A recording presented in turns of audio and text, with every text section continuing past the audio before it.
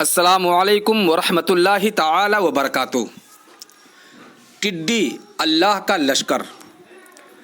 ٹڈی اسے عربی میں الزراد اور انگلش میں لوکسٹ کہتے ہیں۔ اس کی دو قسم ہوتی ہے، ایک تو دریائی اور دوسری صحرائی۔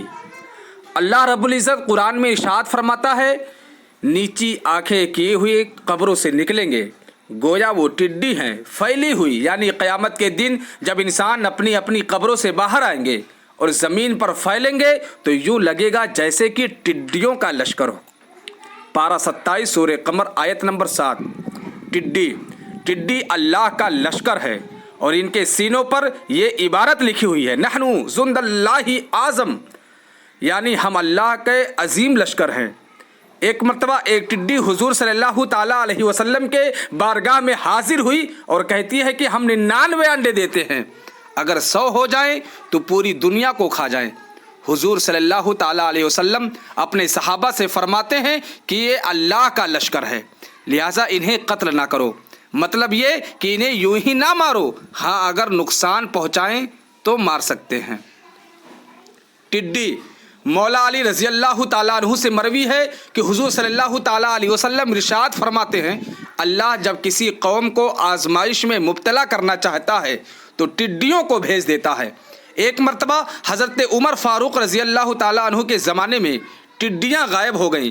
آپ غمگین ہو گئے اور ان کی تلاش شروع کر دی۔ بالآخر انہیں کہیں سے ڈھونڈ لایا گیا تو آپ کو سکون ملا۔ لوگوں نے جب معذرہ پوچھا، فرمایا کہ اللہ نے 1000 مخلوق کو پیدا فرمایا ہے، جن میں سے 600 دریا میں، 400 خشکی میں آباد ہیں، مگر جب بھی اللہ کسی مخلوق کو فنا کرنا چاہے گا تو پہلے ٹڈیوں کو فنا کرے گا، پھر باقی مخلوق کو۔ اس لیے ان کے نہ ملنے پر میں غمگین ہوا کہ کہیں ان پر فنا کا حکم تو نہیں آ گیا۔ ٹڈی جب یہ انڈے دینے کا ارادہ کرتی ہے تو سخت اور بنجر زمین تلاش کرتی ہے کہ جہاں انسان کا گزر نہ ہو، پھر زمین میں سوراخ کر کے انڈے دے دیتی ہے اور انڈے وہی پڑے پڑے زمین کی گرمی سے ہی بچے نکال دیتی ہے۔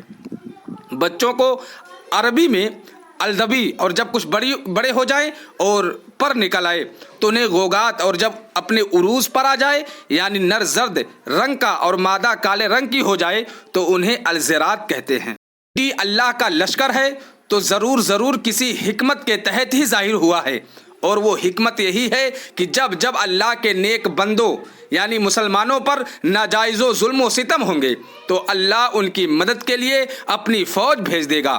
کمزور ہم ہیں، ہمارا رب نہیں، مجبور ہم ہیں، ہمارا رب نہیں، یہ تو ہمارے اعمال خراب ہیں، ورنہ فیصلہ تو منٹوں میں ہو جاتا کہ ادھر ہاتھ دعا کے لیے اٹھتا، ادھر فیصلہ ہو جاتا۔